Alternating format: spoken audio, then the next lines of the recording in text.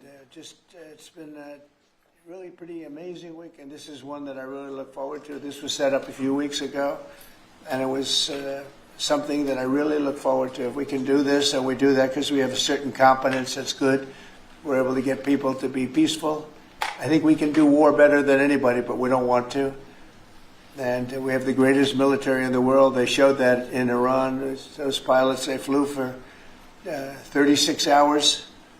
And think of that, and they hit their target. The size of this desk, half the size of this desk, from about 52,000 feet in the dark of night with no moon, zero moon. They wanted it that way. Can you believe it?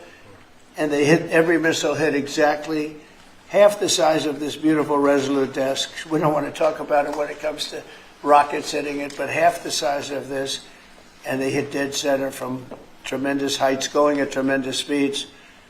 It's amazing. Nobody could do a thing like that. Nobody has that weaponry, and nobody could do a thing like that.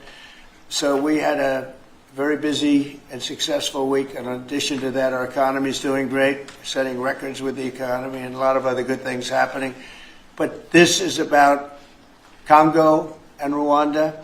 And I'd like to ask, if I might, would you say a few words before we introduce our guests, please? Sure. Thank you, Mr. President. Yes. So, under your leadership, Mr. President, and the full support of Secretary Rubio and the entire team at the State Department, we engaged with the two parties in early April.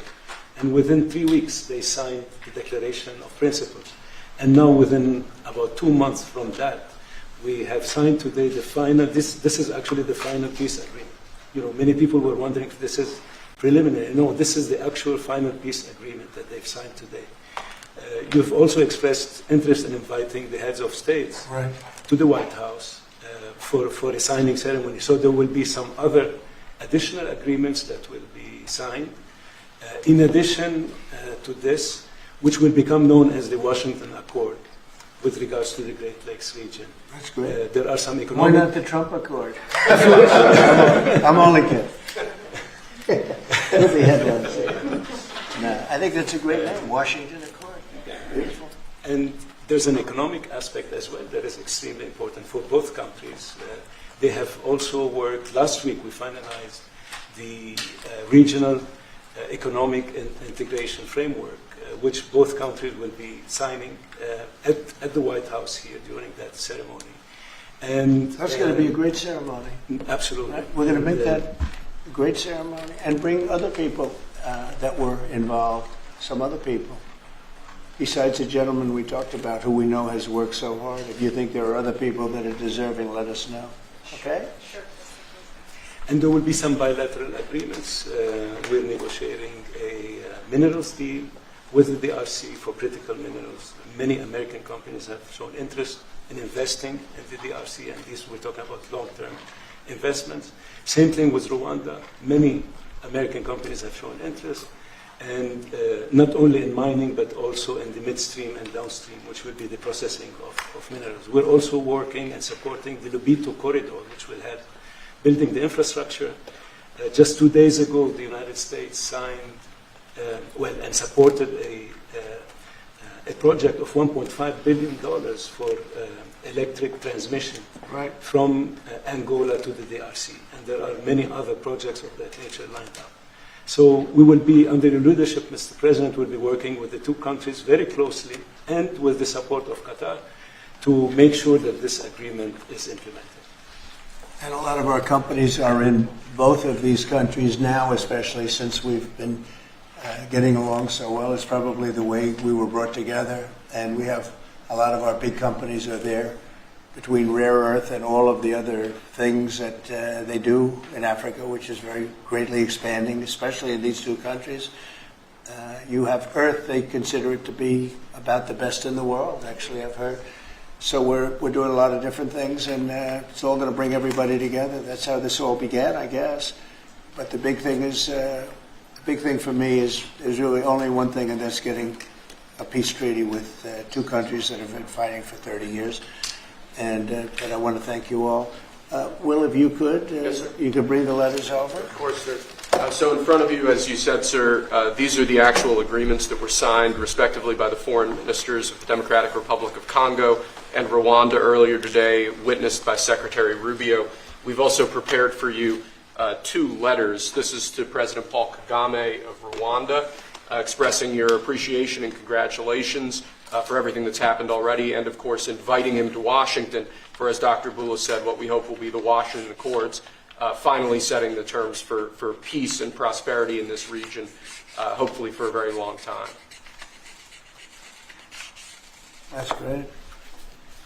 That's beautiful. Very important.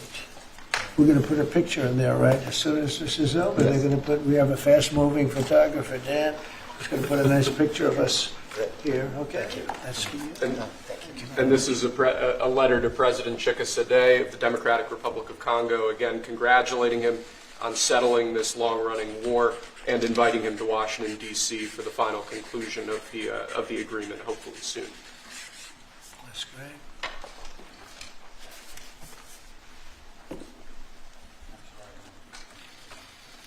That's right. That's great. You take that pen, and you take that pen. Thank you very much. So I'd like to ask JD to say a few words, our great Vice President, and then Marco, and go ahead. Great. Well, first, let me welcome the foreign ministers of Rwanda and Congo. It's great to have you in the Oval Office. And second, let me say congratulations to the President, Secretary Rubio, the entire team. I think for the people of these two countries, they should know that the United States is committed to the pathway of peace. But to my fellow Americans, this is really a celebratory moment. This is a big moment for our country because under the President's leadership, we've taken what was 30 years of killing and war, the worst war in terms of death count since World War II, and now we're on a pathway to peace. And so if I think about what I know about these two countries, for 30 years, pretty much the entire time that I can remember these two countries being in the news, much of the story has been about them fighting one another, about them killing one another. And now we can look forward to a future where my children will look at this moment as the beginning of a new story, a story of prosperity and of peace. So thanks to the President, congratulations to the entire team, and to my fellow Americans. We should all be really proud because it's amazing what active presidential leadership can accomplish when it's geared towards peace and prosperity, and that's what we have in the Oval Office right now. So great job, sir. Thank you very much, JD and Marco, and then we're going to ask the two principals to speak. Yes, sir. Mr. President, first of all, thank you. When I first came on this job a few months ago, you made it very clear that the priority of this administration under your leadership is going to be the pursuit of peace. And from day one, whether it's been in Ukraine and Russia, whether it's been Pakistan, India, whether it's been Iran and Israel, and in the continent of Africa, your priority's been on peace. And today we see this come to fruition. It's sad. Wars get a lot more attention than peace. But peace is harder than war. A lot harder. And I want to congratulate both of the leaders here and their respective presidents for choosing the harder path, which is often peace, than the easier path, which sometimes is war, as costly and as bloody as it may be. And I echo the Vice President's statements, and that is that Americans should be very proud that the number one voice for peace in the world today is our President, your President. And so thank you, President Trump. And I want to, again, recognize Dr. Boulos and the work he's put into this from day one. He's really put a lot of time and effort, and as our friends from the respective countries can share with us. And last point, I do want to thank, you've done this already, but the African Union, Togo, and Qatar, who have been extraordinary partners and whose help we're going to need to continue to receive in order to bring all this to fruition. So congratulations to both of you. Thank you, Mr. President. Thank you. Great job you've done. Do you want to start? Either way. Would you like to start? Ladies first, maybe. Okay. Thank you so much. Thank you very much. Thank you so much, Mr. President, for having us here. I think I can summarize my contribution in 3 main points. First of all, thank you and congratulations indeed for this remarkable milestone, which is putting an end to 30 years of conflict and of suffering, and which is redefining the perspectives that millions of Congolese and of citizens of the greater Great Lakes region will have. The second point is stay committed, stay on board. We need the United States to make sure that this agreement holds and that you hold us accountable. And the third point is, if you stay on board, I think there are so many perspectives that we can transform our partnerships through and that can usher in an era of prosperity, of growth, and of shared bilateral relationships that go well beyond the challenges that we've shared together, and that can at least, or finally, focus on the potential and of the wealth that we can share. So again, our heartfelt gratitude to you on my behalf, but more importantly, on behalf of the people of the Democratic Republic of Congo. Thank you so much. Beautifully spoken, and I look forward to seeing your leader. They will, highly respected person, as you know, Indeed. highly respected all over the world, but in Africa in particular. So sometime in July, we'll do something, big ceremony. We look forward to it. Thank you so very much. Please. Thank you very much, Mr. President. This is indeed a historical day because it's the signing of a peace agreement between Congo and Rwanda to end a conflict that has been going on for 30 years.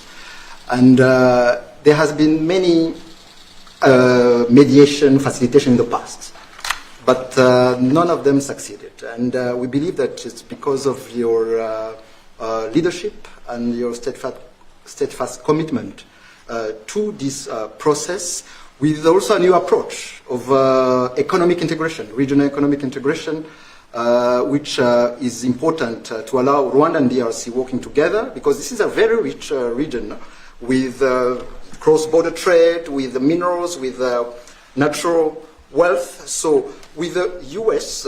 Standing side by side with Rwanda and DRC, we believe that we will achieve a long-time peace.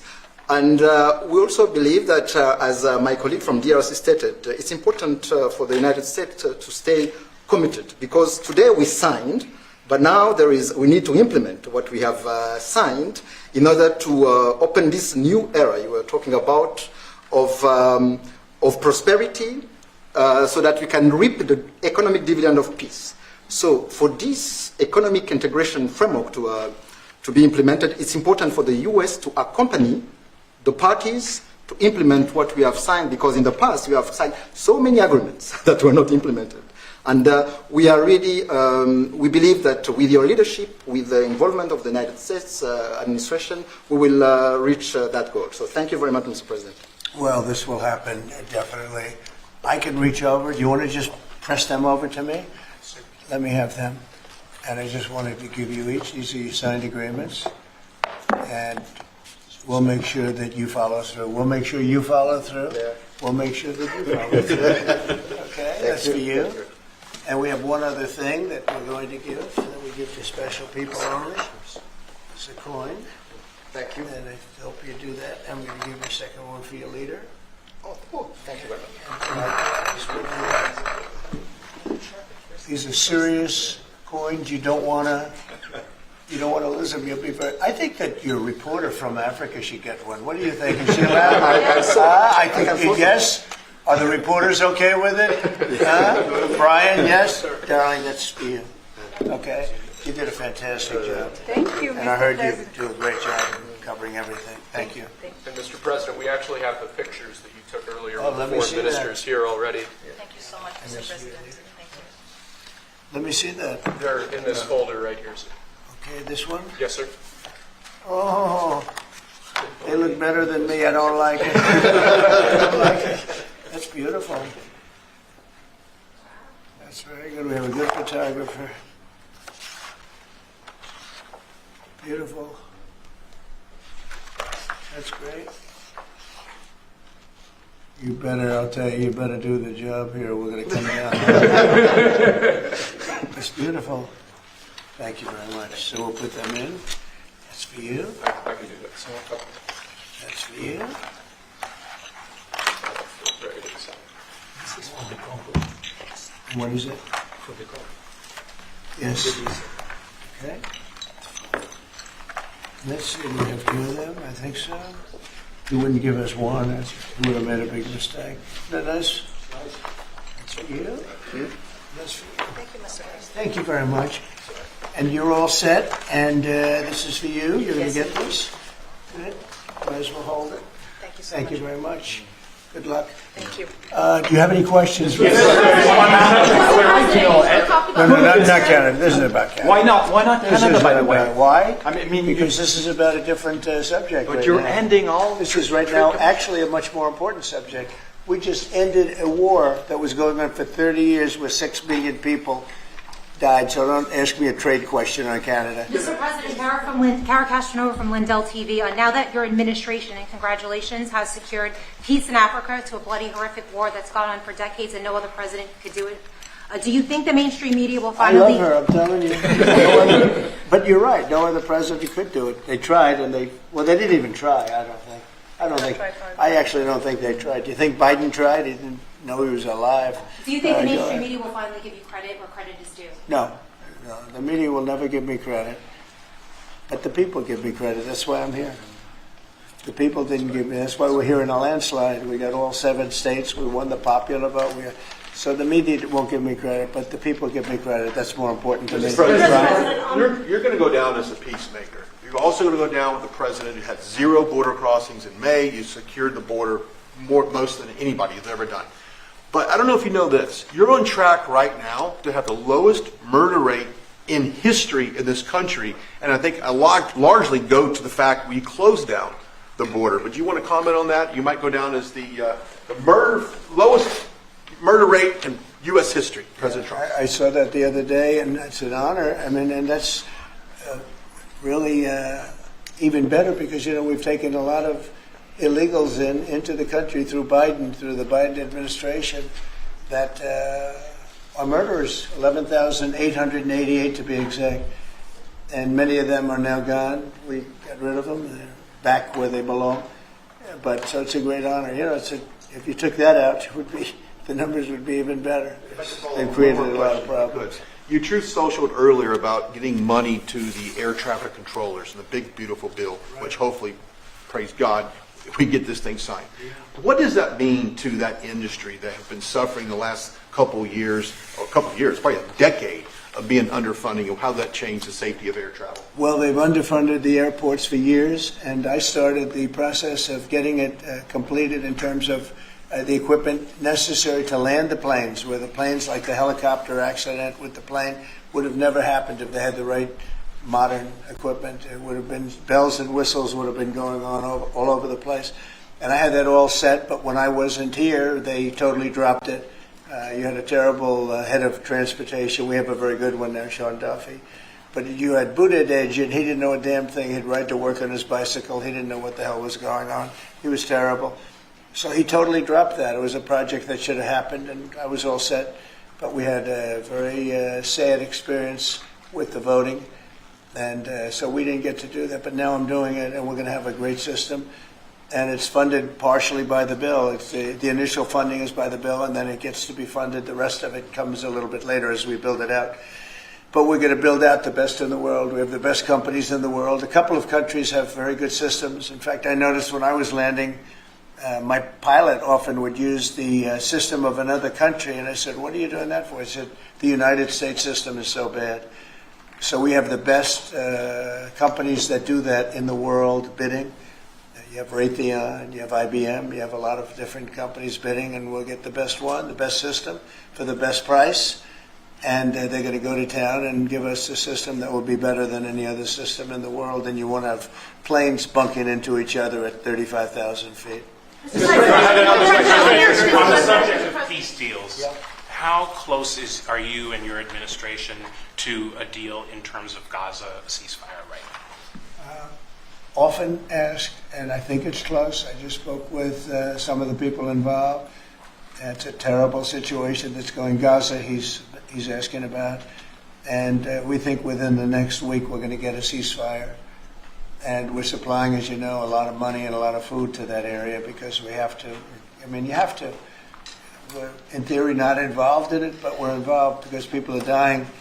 And I look at those crowds of people that have no food, no anything, and, we're the ones that are getting it there. Some of it's being taken by some bad people, if you give it and you give it out, and they're supposed to be taking care of the people, and they end up stealing the food and selling it. But we have a pretty good system now, so we're helping with that. You see the lines of people that just get one meal, essentially. But it's too bad. Other countries aren't helping out. Nobody's helping out. We're doing that because I think we have to on a humanitarian basis. Like this, We didn't have to get involved in Africa, but we did because we thought it was. I mean, I've been reading, like J.D. said, he's, from much of his life, he's been just seeing this about this brutal war, and it actually got a lot of publicity because of the level of brutality. Right? It was nobody's ever seen anything like it, and to be involved in that, I mean, I consider this the most important of my conferences today. We just had a great Supreme Court victory today, and everybody would say that was big, but we're talking about saving thousands and probably millions of lives here. This is more important than anything. So it's great, but we're working on Gaza, trying to get it taken care of. And again, a lot of food has been sent there, and other countries throughout the world should be helping also. And on another conflict that I know you've been working on, sir, is it true that you have reached out with a letter to North Korea's Kim Jong-un? Well, if there is a conflict, I get along with him very, very well, and we'll get the conflict solved with North Korea. I've had a good relationship with Kim Jong-un, and I've gotten along with him really great, so we'll see what happens. But somebody's saying there's a potential conflict. I think we'll work it out if there is. It wouldn't involve us, but again, we're very far away from a lot of these places that we're solving problems with. But I enjoy doing it, I like doing it, and it's the right thing to do, and we have an ability to get it done, so we're solving things that we didn't have a lot to do. Serbia, Kosovo, I told you, we solved a potential disaster. I can tell you that some of the countries that you're not going to hear about, but some countries that were ready to go to war with their neighbor are not going to go to war with their neighbor, and that's a great thing. We have a number of them. But I'm very happy about India and Pakistan because they actually have nuclear weapons. When you talk about Iran, they were trying to get it, but India has nuclear weapons, Pakistan has nuclear weapons, high-level nuclear weapons both, and getting that solved was really great. We did it through trade, so it was a great thing. Mr. President, when it comes to nuclear weapons, Mr. President, are you concerned that the Iranians may have some enriched uranium at Pickaxe Mountain? The last thing they're thinking about right now is enriched uranium.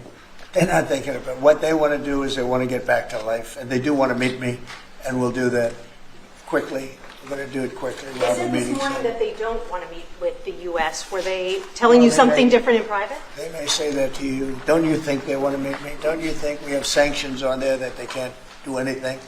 Wouldn't you think that they want to meet me? I mean, they're not stupid people, but they went through a lot, and they suffered, and so did Israel. Israel suffered greatly. It was a nasty 12 days, and we'll see what happens. Are you, Mr. President, are you considering sending Patriot missiles to Ukraine? Have you made up your mind about that yet? Go ahead. Mr. President, there are a few unanswered questions that remain in this deal. For example, will Rwandan on this conflict? For example, will Rwandan troops pull back from parts of the DR Congo, and also will the M23 rebel group be allowed to remain in parts of eastern DR Congo? Do you have any answer to those questions? Well, let me ask you that question. You want to answer that one? It sounds like an interesting question for you. Go ahead, please. Thank you very much. In the agreement we signed, we have taken the concept of operation for the neutralization of the FDLR, which is a vicious genocidal movement, and the lifting of Rwandan defensive measures. So this was already signed last year in November, so we will implement it. This concept of operation to do both things, to neutralize this movement, which has been destabilizing Rwanda for many years, and to lift our defensive measures. As for the M23, in the agreement also, we have decided to rely on the Doha talks, because there are currently talks between the AFC M23 and the DRC government to have a peace deal also that will complement the Washington peace agreement. So both things are taken care of. Thank you. Mr. President, will the United States be enforcing this agreement or taking a role We'll in be it? working with them to get it enforced. They can enforce their own agreement, but we'll be putting a lot of pressure on to make sure it gets enforced. The two people in this room are very, very capable people, and they'll get it done. I think they'll get it done. They love their. One thing I learned very quickly is how much you love your country and you want to get it done. And they know it has to get done, otherwise bad things happen. But I think we're well beyond that. other presidents should have done what I'm doing right now. They never did it. I don't think they ever tried. I don't think it's like they couldn't do it. I don't think they ever tried. And if they did, they wouldn't be able to do it anyway. On the Mr. president, President, if I, Yes. yes, thank you. Mr. President, can you share with us what can happen if one of the parts violate this peace agreement? Because we don't want war to come back to Well, DRC. I'd rather not say. I would just say that there are big penalties if they violate, and they're not going to. I don't think they will violate. I think they mean it, but we have very severe penalties, financial and otherwise. Okay. Mr. President, if we can circle back to your Truth Social post on Canada specifically, why are you deciding to end trade talks with Canada, and what rate are you looking to set? So Canada put a charge on some of our companies, and Canada's been a very difficult country to deal with over the years. We hear Canada, we have a great relationship with the people of Canada, but it's been very difficult. And they put a charge, and they were a little bit early. We found out about it. So, and we have all the cards. We have every single one. We don't want to do anything bad, but they have economically, we have such power over Canada. I'd rather not use it, but they did something with our tech companies today trying to copy Europe. They copied Europe. It's not going to work out well for Europe either, and it's not going to work out well for Canada. They were foolish to do it. So I said we're going to stop all negotiations with Canada right now until they straighten out their act. Okay? Is there anything Canada can do to change your mind about this situation? Well, no, they put a tax on companies that were American companies that they shouldn't have, very severe tax. And I guess they could remove it. They will, but I don't really, it doesn't matter to me. We have all the cards. We have all the cards. We do a lot of business with Canada, but relatively little. They do most of their businesses with us. And when you have that circumstance, you treat people better. They've had farmers that are getting like 300, 400, 200% in tariffs. Nobody's ever seen anything like it. We have cases, you don't read this and the people don't report, but they charge us 400% on some dairy products. 400%. Nobody writes that. It's not fair to our farmers, and we've got to protect our farmers. Mr. President, what's the question on the President bill? Mr. Did you President, push you for the mentioned president? how much of a rate cut it would do to the interest on the debt. Earlier today, Director Pulte was on CNBC talking about how he suggested Powell should resign. Any comments on whether or not Powell should step down? I know you've been pretty I critical. don't have a comment. I'd love him to resign if he wanted to. He's done a lousy job. Look, if you were there, you'd say, well, the United States is doing well. They have no inflation. And if they do get inflation in a year or two, we'll start raising the rates. We'll get rid of the inflation, and do other things. Biden had the worst inflation in the history of our country. 19%, but I think it was much higher than that. Frankly, they say 19%. I say I think it's a lot higher than that. And we have almost no inflation now. We've done a great job in a short period of time. Energy prices are way down. Gasoline now is down to close to $2 in a lot of places. A couple of places I see it even broke. It's like $1.98 a gallon. We've done a great job on inflation, and honestly, pretty much everything else. I think it's very sad the way people act. You have a guy in there that with the stroke of a pen could lower interest rates and save us hundreds of billions of dollars a year. But he's a stupid person. It's very interesting. I'm not sure if he doesn't understand it, because you should be able to understand it. It's sort of 101 economics, but I'm not sure of that. But think of it, with the stroke of a pen, he talks about costs. We can save $600 billion, maybe even, these are nice numbers for you, right? $900 billion, $950 billion by lowering interest rates. And it's really just more of a paper movement. It's not like you're not cutting anything, you're not cutting jobs, it's just interest rates. And we're number 40 or 44, number 45. Some places that you wouldn't believe that, I don't want to be disparaging, but they pay a lower interest rate than the United States of America. And without us, everything blows up. We sort of control the world in that sense. But we have a guy that's just a stubborn mule. and a stupid person that is making a big mistake. He's making a mistake, and it lasts for years because when you do the debt. Now, I've instructed my people not to do any debt beyond 9 months or so. Get this guy out, and whoever is in there will lower rates. If I think somebody's going to keep the rates where they are or whatever, I'm not going to put them in. I'm going to put somebody that wants to cut rates. There are a lot of them out there. And I said this morning, a lot of the business shows today were saying, Trump is right. He should be cutting rates. Think of it. We have a great country. We're making a lot of money. We're taking in billions of dollars in tariffs. We have $15 trillion of money that wants to be invested here, which is a record. In 2 months, it breaks any record that we've ever had for a whole year, and not even close. 15 trillion, and it's going to be much higher than that. That's after essentially 2 months, because we've been doing it for about 2 months, 2.5 months. $15 trillion breaks every record in the book. There's never been anything like this. We have factories moving in. We have car plants moving in. We have everyone wants to be part of the United States. And as I told you, and I say it to everybody, when I was in the Middle East, the King of Saudi Arabia and Qatar and UAE, all great leaders. They have all great leaders. All three of them said, you got the hottest country in the world, and you did it at that time I was there for 4 months, because we got back a little while ago. But everybody says it, not only them. We have the hottest country in the world right now. The only thing is we have a Fed chairman that is, he doesn't get it. And you could have substantially low. Like if we cut him 2 points, would save more than more than $600 billion just because you cut. But you can't go out to the market and say, well, we have a guy that's got us at 4% or 4.5%, and we want to pay 2% or 1%. I think we should be paying 1% right now. And we're paying more because we have a guy who's, suffers from, I think, Trump derangement syndrome, if you want to know the truth. But he's not good for our country. Did you push for the president of UVA? No, Did you push for the president? Not you. A related question on banking. There have been reports, Mr. President, that your administration is considering issuing an executive order about debanking, which is the practice of banks denying services based on people's political beliefs or industries such as crypto, people involved in that. Would you be open or interested to sign such an executive order targeting debanking, and what might that look like? Well, I think the debankers, I think that banks, I can tell you because I've been a victim myself, because of my politics, that big banks were very nasty to us.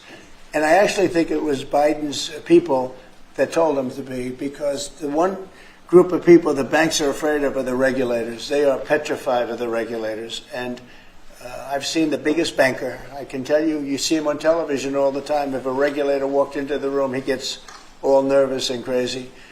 They're afraid of the regulators. And if the Biden people order the banks to be virtually closed, they can do anything they want. The regulators control the banks. It's not the president of the bank. The president of the bank is far less important to a bank than a regulator. And a regulator can put that bank out of business, just like bad prosecutors are very dangerous. We had a couple. I had deranged Jack Smith and some others. And we kicked their ass. But it was, it's a tough kind of a situation. Prosecutors are very dangerous. A great prosecutor is an amazing asset for a country.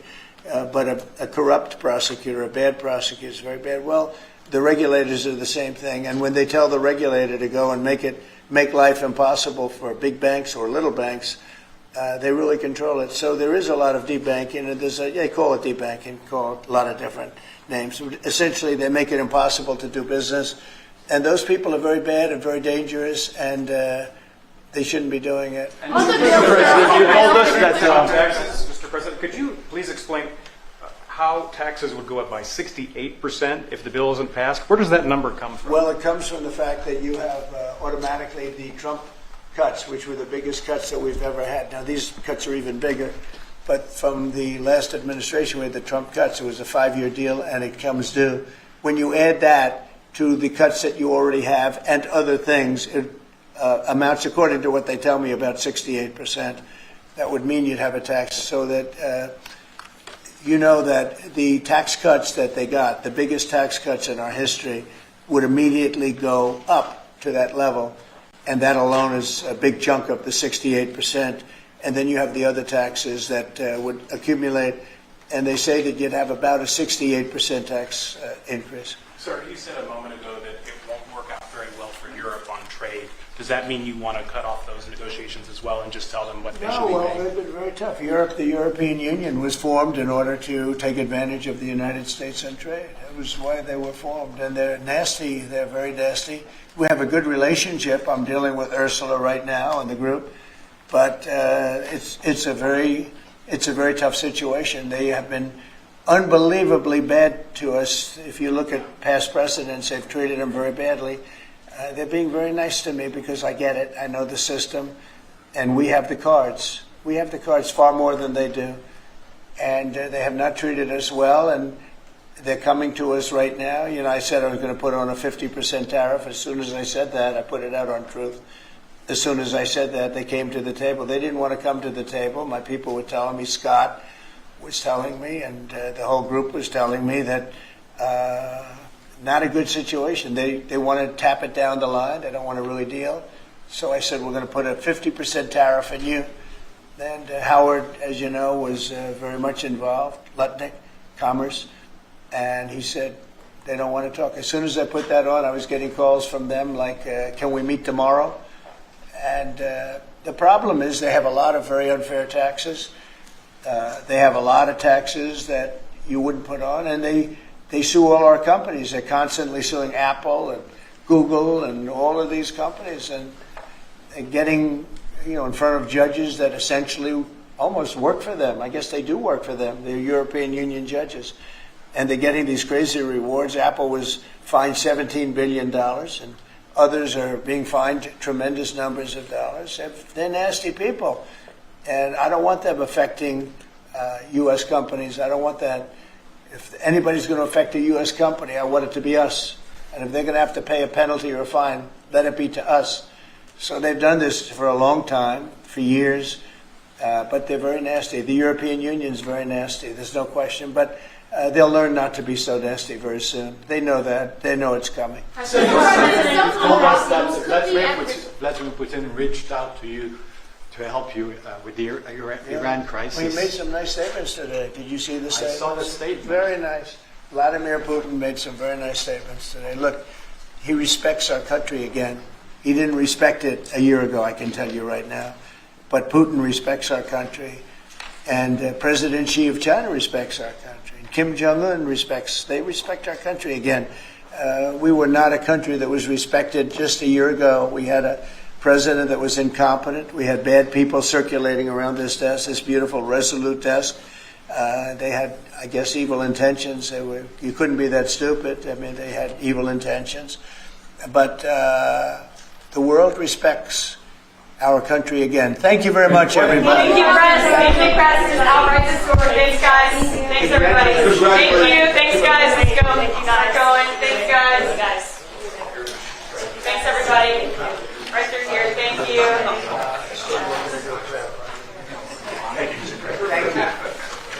Thank you.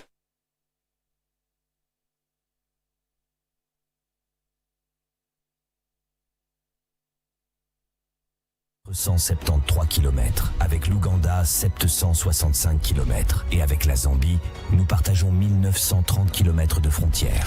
À la Première Guerre mondiale, l'armée congolaise a conquis Kigali et Bujumbura pour que le pays devienne le Congo belge, Rwanda, Urundi, de 1925 à 1960 à l'indépendance. Notre armée est les forces armées de la République démocratique du Congo. L'une des plus grandes d'Afrique, les FARDC sont en accroissement numérique de plus en plus régulier.